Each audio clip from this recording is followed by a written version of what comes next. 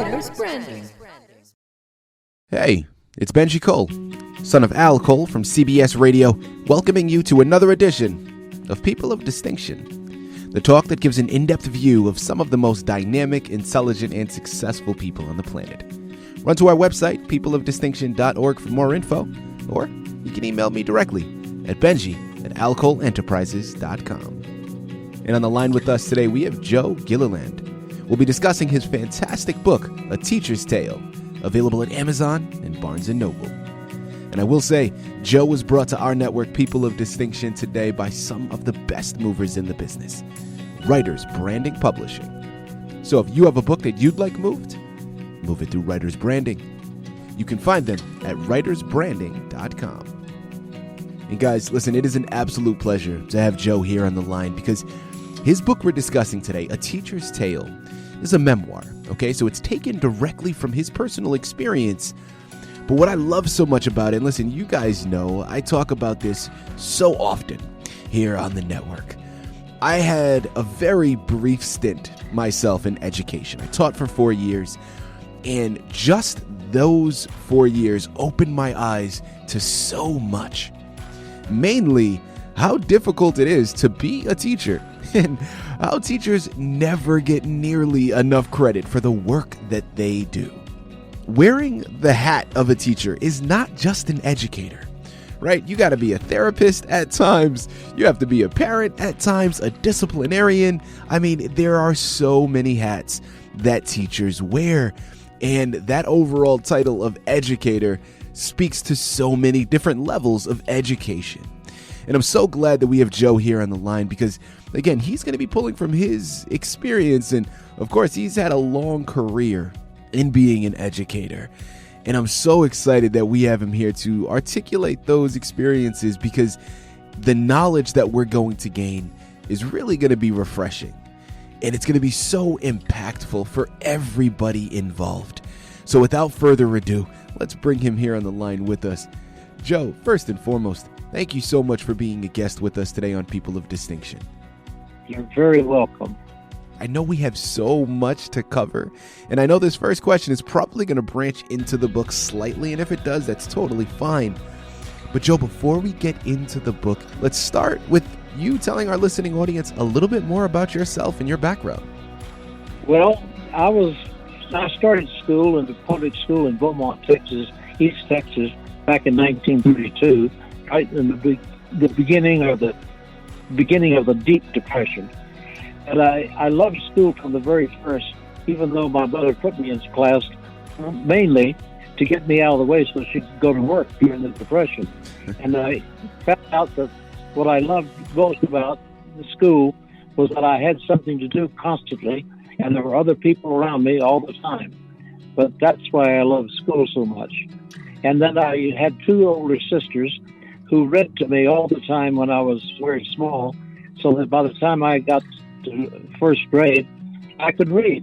I could read, not well, of course, but I could read. And books became the most important part of, well, not the most, but a very important part of our lives. Because my mother was a young widow, and she had to work, and we had to fend for ourselves most of the time, but book reading was the main thing that kept us interested.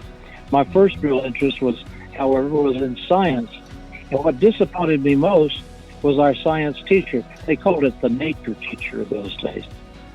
She didn't like students to interrupt her or to ask her questions or to bring any new ideas into class. She had a regular system. Ironically, she was a science teacher who apparently didn't really like science very much. But the rest of my teachers are so grand, so interesting, that I just loved to be around them. And I was flattered when they asked me a question or something like that. So that's why I got so interested in education. But not knowing it, it was the teachers that were really the cause of it, so much that almost anything they said was of interest for me at that time. Fantastic. But I didn't really know that I was going to become a teacher. I thought I was going to become a scientist or a doctor. And then when I finished my freshman year, it was right in the last 2 years, 1943, the war was still going on, and the United States was beginning to do better. But I got broke after my freshman year, and I ended up going into the Army. There was an Army education program. So you see, education still had a very strong force on my life. And when I went into the Army Specialized Training Program, which was a college program, they allowed us to transfer from that program after we were 18. Because once you were 18, then you were really Army age. And I transferred to the infantry training and ended up in Germany. And I was so fortunate because there was another learning experience, a powerful learning experience for me. The unit I joined was the 102nd Infantry Division, and it was right at the time the VE Day came, so I missed the combat, but I had profited by the association of some of the most educated men I'd ever been around. And I want you to think about this. Think about the infantry. A company of infantrymen, over a third of them being college students, and two of them having their college degrees, but they were still PFCs. They had fought through most of the campaign from September through May, fought the Germans, and that mixture of educated men had a tremendous influence on me because they were all readers, read books. And the interesting thing was, not many people know about that these days, but the Army at that time had the Armed Forces editions, they called them, Armed Forces editions, small paperback books that fitted to our field jacket pockets and were listed as, well, they were the list of the titles, the titles of the books were a complete range of reading, from wild westerns and detective novels. They were to the classics of Shakespeare, Chaucer, the poetry of England and America, and as well as books on philosophy, books on science. All those books were given free to overseas combat, well, not just combat, all overseas Army people. And that, as a result, there were traveling libraries that came with us every month. And those men in the 102nd Division would throw books in front of me and say, "Gilliland, you got to read this. You need to read this." Because I was a brand new recruit, not a recruit, but a replacement. And ordinarily replacements in those days were ignored as much as possible.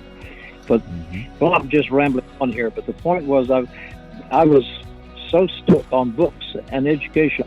And I had finished 1 year of college at the University of Texas, resulting in the fact that I didn't really want to major in science after all. I had two teachers, an anthropologist and an English teacher, who threw before me so many ideas and so many things of interest. And I enjoyed watching them do what they did. And it seemed to me so easy that they were enjoying themselves. And then on top of it all, I was learning things that I would never have learned, never have wanted to learn, mainly because the books that they threw in front of us. And the anthropology teacher had a theory of education that I carried with me all my life. Education by irritation. Education by irritation was to counter the examination by regurgitation, the true-false test, the multiple choice test, the fill-in-the-blanks test, those tests that really did not require as much thinking as they did require remembering from rote learning. And that, to me, was the ideal way to teach, was to teach people to think, not what to think, but how to think. And that's exactly what Dr. McAllister was trying to make us do in anthropology. I'd never even heard of anthropology before. Well, I'd heard of it, but I knew that it probably just meant measuring skulls and the length of bones, and that had nothing to do with what people were really all about. And then my English teacher made us read critically about everything, and I was introduced to something called semantics. Well, I'd never heard of semantics, but the idea that words could mean different things at different times for different people, and they didn't always make it clear when you saw or read a word, just what the author was intending. Well, he didn't always make it clear because he wanted to make you guess. He wanted to make you think. Mm-hmm. And so Dr. James was her name. She had us read Hayakawa's books on semantics. when I finished my freshman year and joined that Army and went to that 102nd Division, I had some ideas of my own, but I was among men who were far better educated than I was. And then I remember writing a letter to my sister. This might be the first thing that caused me to want to be a teacher. I wrote my sister, who was at that time, she was at the University of Texas, finishing up her bachelor's degree. And I told her that I loved it where I was. I enjoyed the men that I was with, and I was learning a lot. And that if I could just last this long, that when I got out of the Army, I was going to go back to college, and I was never going to leave. That's what I told her.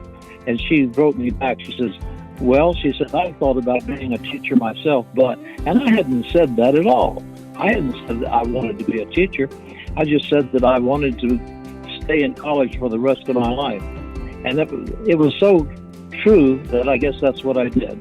That when I graduated from the university after I got out of the Army and returned, I graduated from the university with a major in psychology and a minor in philosophy, not because I wanted to be a psychologist, and not because I thought I could be a philosopher.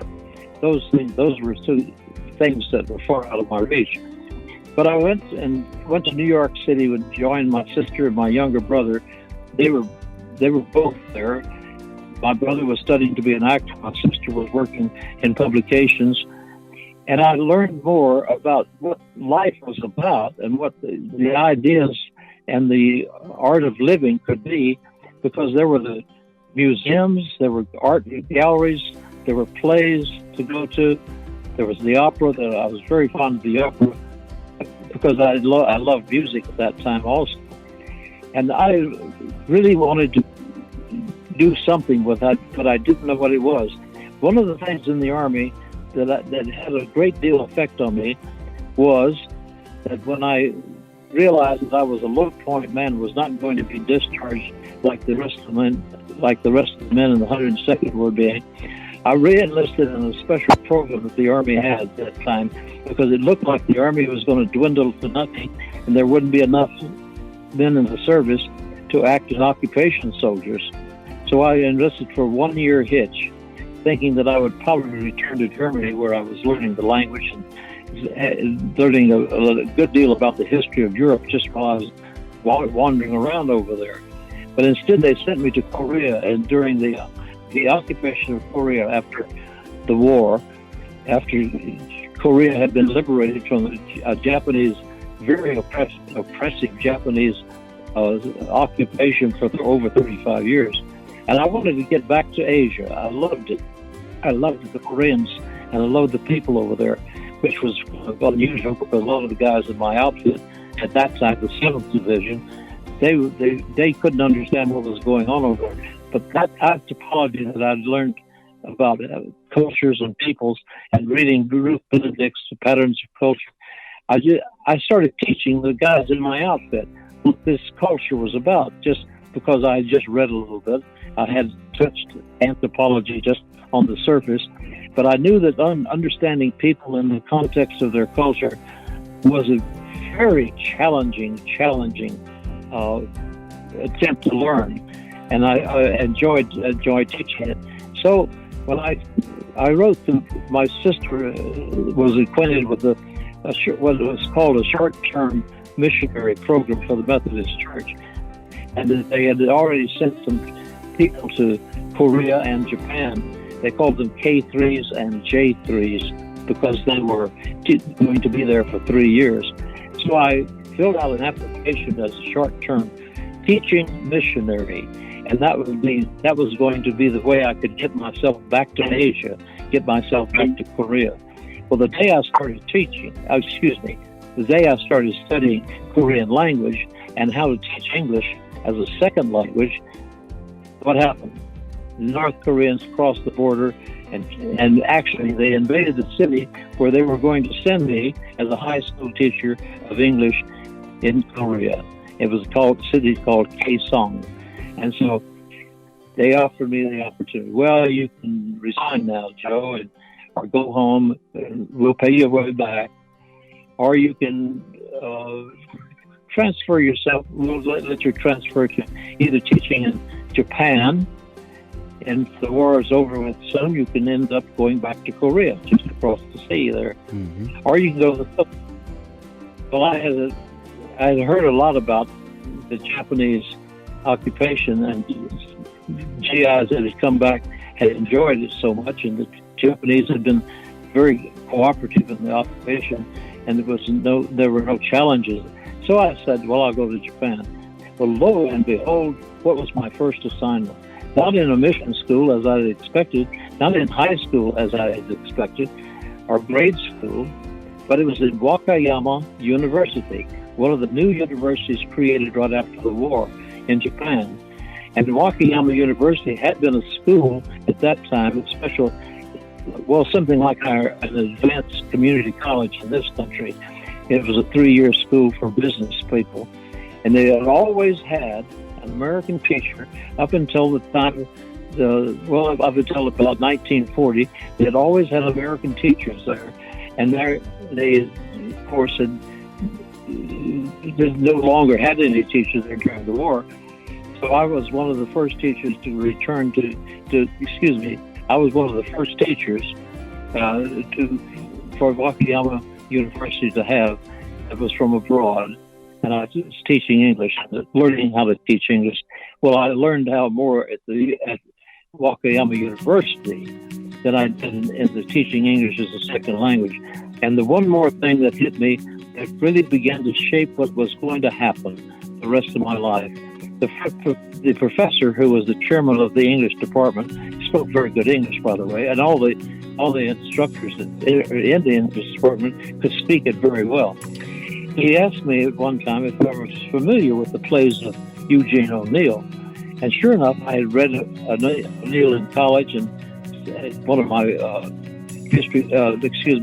survey courses of English literature and American literature. And I said, yes, I did. He said, well, I am the authorized translator of Eugene O'Neill, and I need somebody to help me. But my Japanese was not anything more than street Japanese, just to put above off being able to order a beer and find out where the bathroom is. That was about my limits of English at that time. But he said, I want you to help me with the slang and the idiomatic use of language, help give me several, and translate the jokes and translate the slang, and translate the idiomatic uses of the language. Well, I had to read very carefully and reread those plays. That was one way to become a critical reader for me that I had never thought was possible. And I sat down with Professor Inoue, and we would sit and talk over the meanings of various passages. And I would realize that Eugene O'Neill's slang was not really the common slang of most people today, or that time, 1946. It was what we would later refer to as stage slang, and that was teaching me to read between the lines and under the lines, behind the lines, and read around the words instead of just relying upon the words themselves. And when I got out of that program, and when I returned after I left Japan, I had an idea that I would be an English teacher or a literature teacher. That was the whole idea. And by the way, I did get married while I was over there. I married a person who was also highly addicted to reading. In fact, for every book I read, she read 3. And for every book I would read, she would read also, and then we would discuss it. And I was suddenly learning that I was constantly in school all the time I was living there in Japan. I was actually a student all the time. When I came back, I got my master's degree in English from the University of Texas, where I had done my undergraduate work. And for 1 year, I had a teaching assistantship at the university, and that was my first real teaching experience. And I found out that what I realized was the importance was to make a student think, like McAllister made us think. We make the students be a critical thinker, and I had to teach very strongly the idea criticism is not necessarily fault finding. Sometimes criticism is the means of finding the values and the true meaning by taking it apart and looking at it in terms of its parts. And so what I would take a work of literature and we would scan it, we'd read it, we'd see the nice things about it, then we'd start saying, well, what is it really about? And it was amazing to me because I had discovered that students' questions and students' ideas and students' critical reports sometimes taught me more to look at it, taught me how to look at a work in ways that I had never imagined before. And that was a subject that I would pass along to the next class, what I had learned in one class.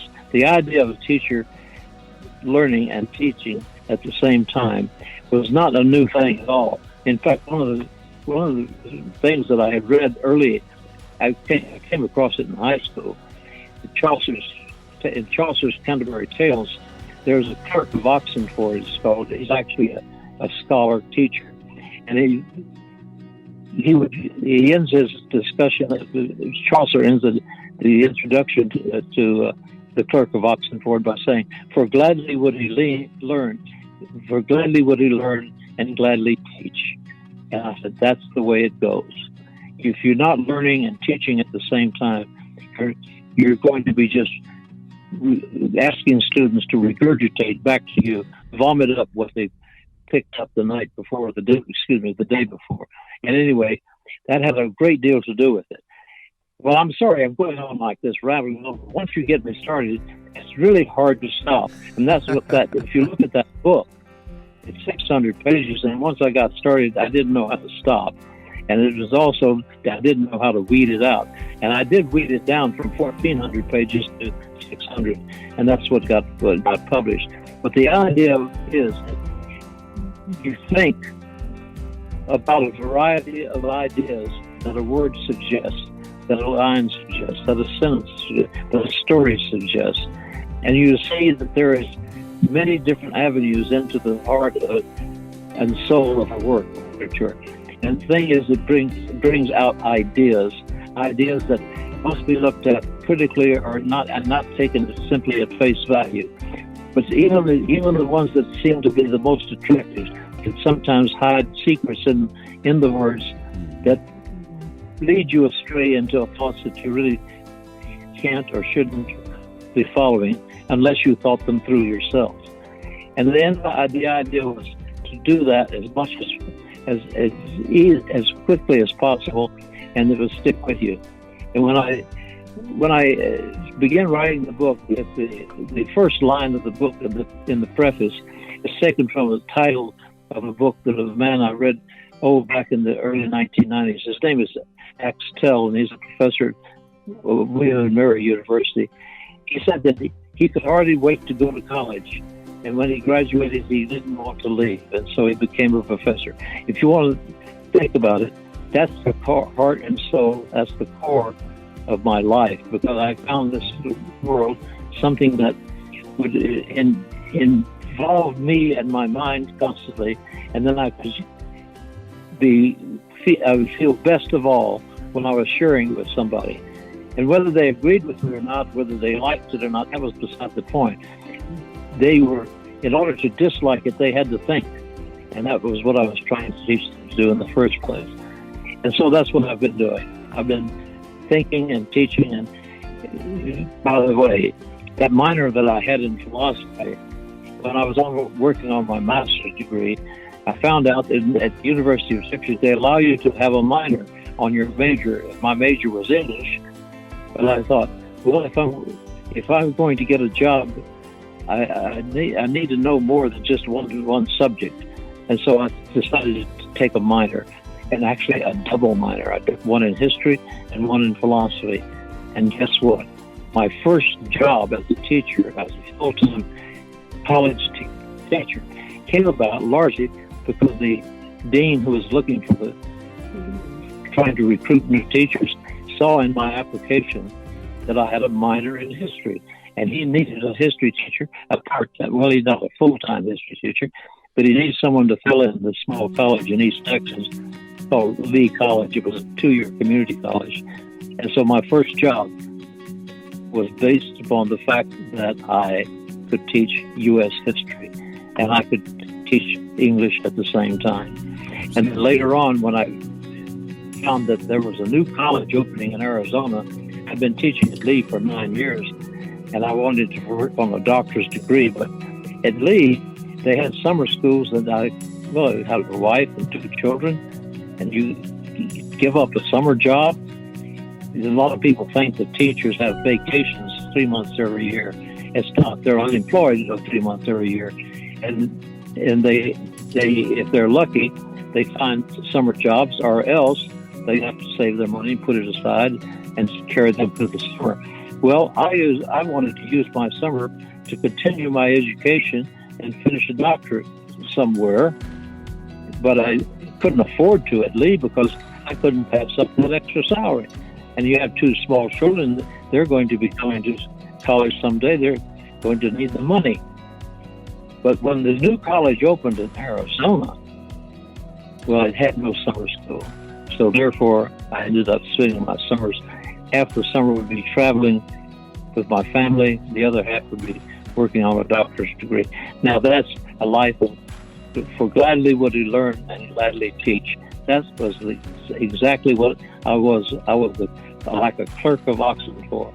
The clerk of Oxenford, by the way, it says that he'd rather have at his bedstead 20 books clad in black and red of Aristotle's philosophy than all the fine clothes in the world. And essentially, that's what basically hit me in the heart. And I said, that's what I want. And sure enough, that's what it is all about. And that's what my book is about. It's about finding a way to live that is constantly challenging and constantly interesting. And it also allows you to share those ideas and experiences with the people. And if you think about it, they're not going to always agree with you. And in fact, the best way to teach is make sure that the student is thinking and probably disagreeing with you. In other words, you're irritating him. So J. Gilbert McAllister at the University of Texas, he taught us to be irritated. And he thought that if you're irritated a person enough, he'll start educating himself just to get even with you. And that happened to me over and over again in almost every class. There was at least one, sometimes more. And in my first class in Lee College, I had 4 of them that would sit there and smirk and laugh at me because they were going to disagree with me. And in their papers, they did disagree. And it was more fun to argue with them than to hear them spout back at me just exactly what I said. Education by irritation is better than examination by regurgitation. Now I've gone on so long. How can you stand this? You know, Joe, I'm going to jump in. Thank you so much for everything that you said. I learned so much from listening to you speak, and just that phrase, right? Education through irritation. I absolutely love that. And it resonates because I too, like so many others, I'm sure listening in, remember being in school. And for me, you know, it almost seems like it was an eternity that I was in a classroom, but I remember being there, and it got to a point where I remember being in high school and in early college, and I actually started to figure out how to just get straight A's. It was a thing where for so long I was fighting it, and then it got to the point where I understood that if I just memorized everything that was coming, or not everything, but memorized specifically what was going to be coming up at any given time, that was how to get an A. And I wasn't really learning because a lot of the information after I was done memorizing it, after the test was done, I would just stop thinking of it. So you never really learned, you just memorized, right?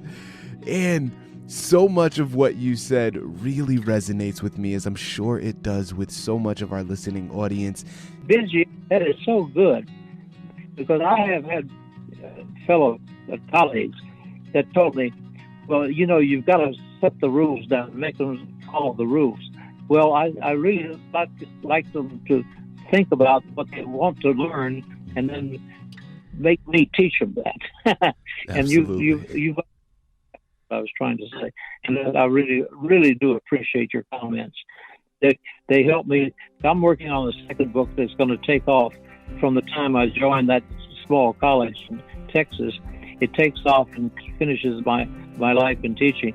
By the way, the last class I taught was Humanities in Contemporary Life.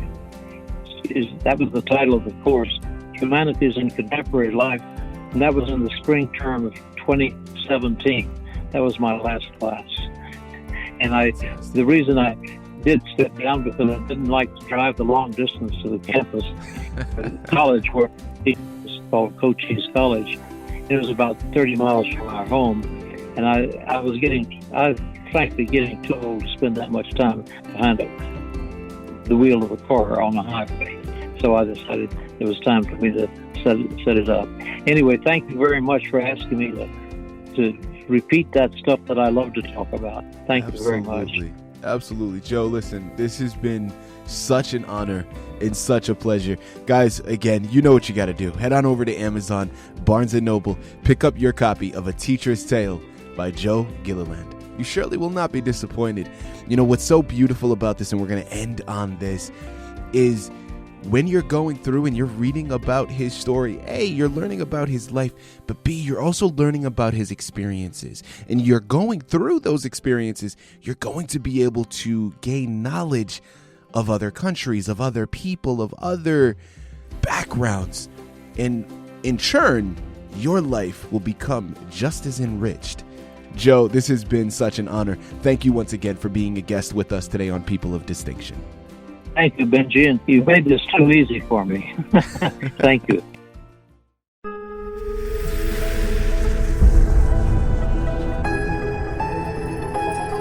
Writer's Branding.